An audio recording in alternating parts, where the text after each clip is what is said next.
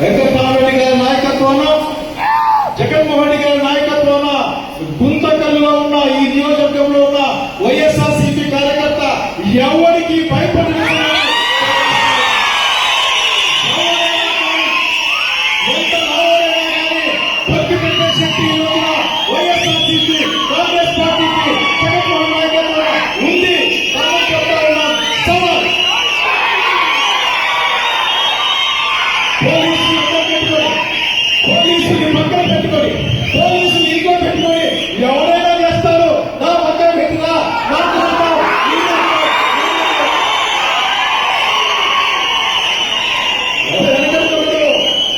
గోపులు దాక్కుని రండి మీ చేత అయితే అన్నాడు. మేమెక్కడ గోపులు దిగుతాం, నాకండి గోపులు దిగుతాం. కానీ కనుక ఈ రోజున చంద్రబాబు నాయుడు గారు కూడా అదే మార్గంలో ఉన్నారు.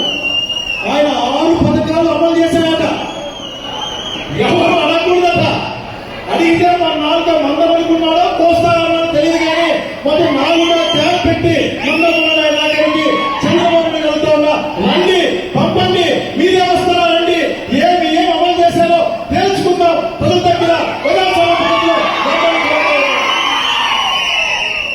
వాళ్ళ కార్యకర్తలు అంట ఇంటింటికి వస్తారట. మనం అనకూడదట. ప్రజలు ఎచ్చట అంటే ప్రజలంటే ఎవరు నాకు అర్థం కావాలి. 40% మంది ప్రజలు జగన్మోహన్ నాయకత్వాన్ని విశ్వసించి ఈ రాష్ట్రంలో ఓటేశారు.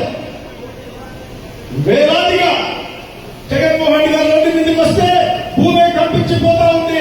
వేలాదిగా గంటల మంది ఆ ఊరు మొత్తం బాధపోతా ఉంది. ఏం చేస్తారు బాబు గారు? అర్థం కాలేదు మీకు. మేము మీటింగ్ పెడతాం. నీ 6 పథకాలు ఎంత అమలు చేశావో, నీ 6 పథకాలు ఏ ఇంటికి పోయాయో అందులో నీ కార్యకర్తలు ఎక్కడెక్కడ వేలు పెట్టి మొక్కలు పెట్టారో మాట్లాడదాం.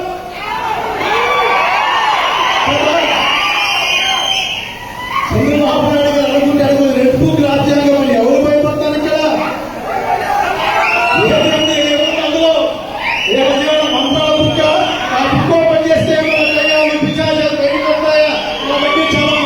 చాలా భూత వైద్యులు ఉన్నారు. ఇబ్బంది ఏం లేదు. మండలాలకు ఎప్పుడైనా సమస్య లేదు. ఆయన చెప్తారు కానీ కాలు దిగిందట ఆ బుక్ చూస్తే. ఇంకొక ఆయన వచ్చాడు బాత్రూమ్ లో జారి పడ్డాడట.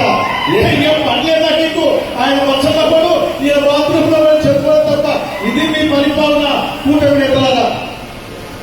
రండి ధైర్యం ఉంటే మీరు వస్తాం గ్రామానికి, మేము వస్తాం గ్రామానికి, కూర్చుంటాం. నువ్వెంత చేసావో మేమేం చేసామో తెలుసుకుంటాం.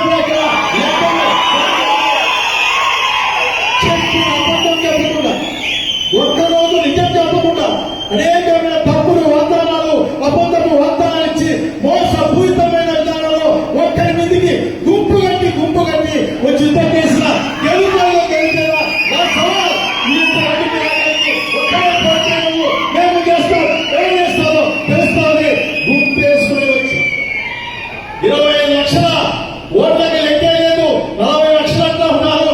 ఆ ఓటింగ్ మిషన్ లో ఆ ఓట్ల లెక్క కూడా తేలుతున్నా చంద్రబాబు నాయుడు ఎక్కడికి పోయి చూద్దామని తెలియజేస్తా ఉన్నాం.